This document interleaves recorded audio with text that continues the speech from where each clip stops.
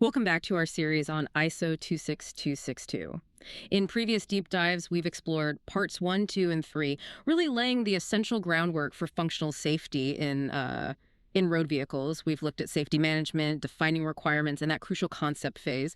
And today we're diving into part 4. That's right. We're moving from the what and why to the how. Exactly. Think about when you get in your car. There's this silent, incredibly complex system working constantly.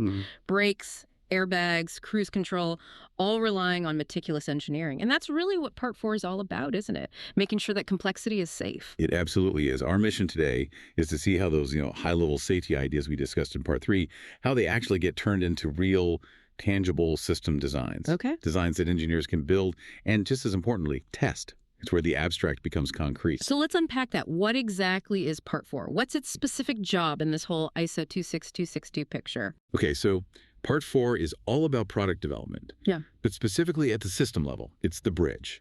It takes the functional safety concept, the FSC, from part 3. Right, the overall safety plan. Exactly. And it translates that into a much more detailed, structured, technical safety concept, the TSC. This means specifying the actual technical safety requirements, or TSRs. It means defining the system architecture, thinking about how all the pieces fit together. And then, critically, it covers integrating those pieces, testing them as a system, and finally, safety validation, proving it works safely in the real world. So it's really the linchpin connecting the concept to the actual build.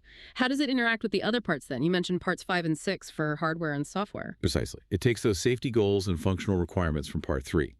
Then, based on the system design it creates, it allocates specific TSRs. Some go to hardware, that's the input for part 5. Others go to software that feeds into part 6.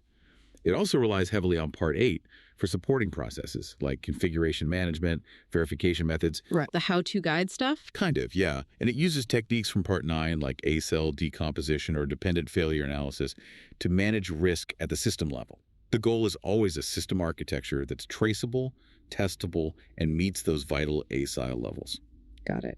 You mentioned the technical safety concept, the TSC, as being central. Sounds like the real heart of part 4. What's its main purpose? It really is the heart. The TSC's job is to define those detailed technical safety requirements, the TSRs. What should the system do? How should it behave? What are its interfaces? And crucially, it specifies the safety mechanisms. The lifeguards, basically. Yeah, that's a good way to put it. The things that detect faults, control them, or put the system into a safe state. The TSC also has to ensure safety across the whole life cycle, production, operation, servicing it, even taking it apart at the end. Right, cradle to grave safety. Exactly. And it verifies that the design and the requirements actually achieve the safety goals for the assigned ASIL. Okay, so to build this crucial TSC, what do you need first? What are the inputs? Good question. You can't just start writing TSRs. You need the functional safety concept from part 3. You need an initial idea of the system architecture. Yeah. You need the HRI, the hazard analysis and risk assessment. To know what you're protecting against. Precisely. And the item definition, what exactly is the system we're talking about. You also need to consider requirements from other related systems. Like your park assist needs to know what the braking system can do. Makes sense. So once you have all that, what makes a good TSR? What are the requirements for the requirements, so to speak? Yeah. Well, TSRs have to be precise. They need to align clearly with the FSC and the architecture. They must define that stimulus response behavior. If X happens, the system must do Y within Z milliseconds. Very specific. Very specific. Yep. They cover external interfaces, any configuration options, and critically, they must not conflict with non-safety requirements. You can't make it safe by making it unusable. Right, that wouldn't work. And they have to cover all the implemented functions, not just the ones that seem obviously safety-related at first glance. Then there are the safety mechanisms themselves. The lifeguards again? The lifeguards, yes. Yeah. They need clear rules. How do they detect faults? How do they control them? What's the safe state they aim for? They need to handle fault detection time, fault reaction time, prevent latent faults, those hidden dangers. And the rigor here, like needing multi-point fault detection, scales directly with the ASIL. Higher risk means more robust mechanisms. We also need self-tests at startup, during operation, maybe even shutdown. And the overall system architecture. It has to actually implement all these TSRs. It needs to be verifiable, testable. Interfaces must be safe. And you use safety analyses, FMEA, FTA at the system level to prove it, find weaknesses, confirm the mechanisms work. So it's a constant cycle of define, design, analyze, refine. Pretty much. And it emphasizes using trusted design principles, keep it simple, make it modular, reuse things that are already proven safe. Okay, that sounds like a mountain of documentation coming out of this phase. What are the key deliverables? It's quite a bit, but it's essential. You get the TSR specification, the technical safety concept itself, the system architecture design doc, also the HSI specification, we'll get to that, plus requirements for production, operations, service, decommissioning, and of course verification reports and safety analysis reports. Right. So the TSC lays out the plan. How does that translate into the actual system design blueprint? That's the next step, developing the detailed system design. The objective here is to create a design that fulfills every single TSR. It involves allocating those TSRs down to specific hardware and software elements. Okay, this part goes to hardware team, this part goes to software. Exactly. And the design itself needs to be robust, traceable back to the safety goals, ASIL compliant. It also needs to be structured in a way that supports those safety analyses, FMEA, FTA, and also dependent failure analysis, or DFA, which looks at how failures might cascade. How do you refine the design to achieve that? It's about implementing and refining the TSRs into structured elements with clear traceability. Again, applying those trusted principles. Reuse proven components. Make it modular.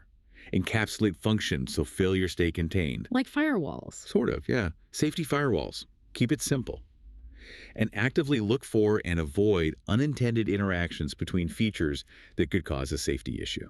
And how is the actual development process structured? You mentioned hierarchy. Yes, it's hierarchical. Think top-level system, breaking down into subsystems, maybe even sub-subsystems. Like nesting dolls. Exactly. It allows for modular development. Yeah. Each subsystem might have its own hardware and software development streams, following parts 5 and 6.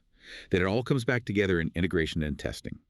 First, hardware-software integration at the subsystem level. Then system integration, do all the subsystems play nice together? Right. And finally, vehicle integration testing, putting it all in the car, making sure it works there. Yeah. The whole point is ensuring safety at every single level, meeting those ASILs with proof through testing. And what documents come out of this design phase? Key ones are the system design specification itself, an allocation report showing exactly which TSR is handled by which element, verification reports for the design, and updated safety analysis reports incorporating the system-level FMEA, FTA, DFA findings. Okay, so we've designed it, we've documented it meticulously, but how do we know it actually works safely in the real world? That brings us to validation, right? The ultimate test, absolutely. Safety validation. Its purpose is simple but critical. Prove that the safety goals are met when the system is integrated into the actual vehicle. It's the final evidence that the FSC and TSC were adequate and correctly implemented. And this isn't just lab stuff. Definitely not. It must happen at the vehicle level in a representative environment. Think about trucks or buses, lots of variations. You need to cover that. The validation specification is super detailed. What exact configuration are we testing? What are the test procedures, the driving maneuvers? What counts as pass-fail? What equipment? What weather conditions? Everything. Wow, so how do you actually execute that? What kinds of tests are involved? It's a whole battery of methods. You evaluate controllability. If a fault occurs, you check external measures. You use repeatable tests, simulations, boundary tests, fault injection where you deliberately trigger faults. Actively trying to break it safely. In a controlled way, yes.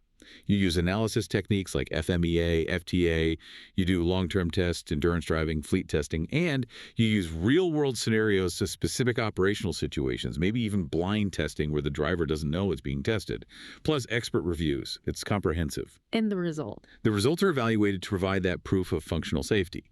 The main deliverables are the safety validation specification that guided the tests, and the safety validation report showing the results, and the final conclusion. Okay, one crucial element seems to weave through all of this, the hardware-software interface, the HSI. What is that exactly? You nailed it. It is the connective tissue. Yeah. The HSI is the specification that defines precisely how hardware components and software components cooperate in a safety system. Where they meet and talk. Exactly. Yeah. It ensures they understand each other perfectly to fulfill the safety requirements. It starts being defined during the TSC phase and gets refined all the way through development. How does it evolve? Does it just get more detailed? Pretty much. It starts high level in the TSC.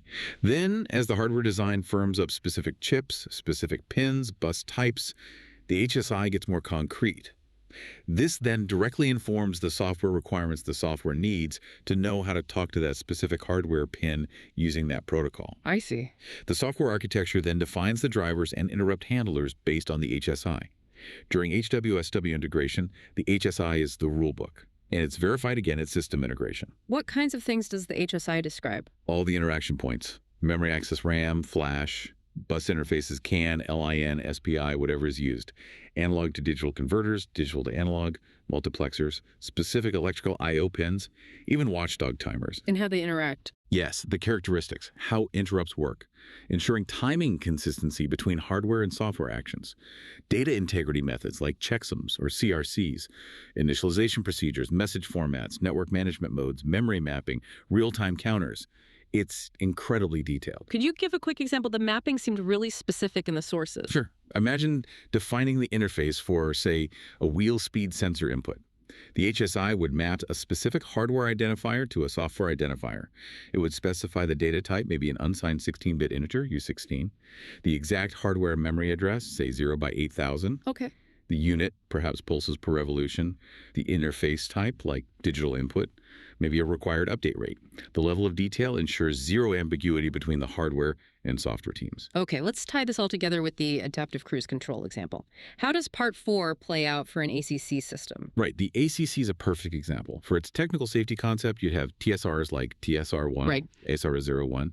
Radar sensor input shall be validated for integrity, read GCRC, and range within 100 meters. Very specific. Or TSR02. A braking command request shall be issued within 150 meters of confirmed obstacle detection, meeting critical criteria.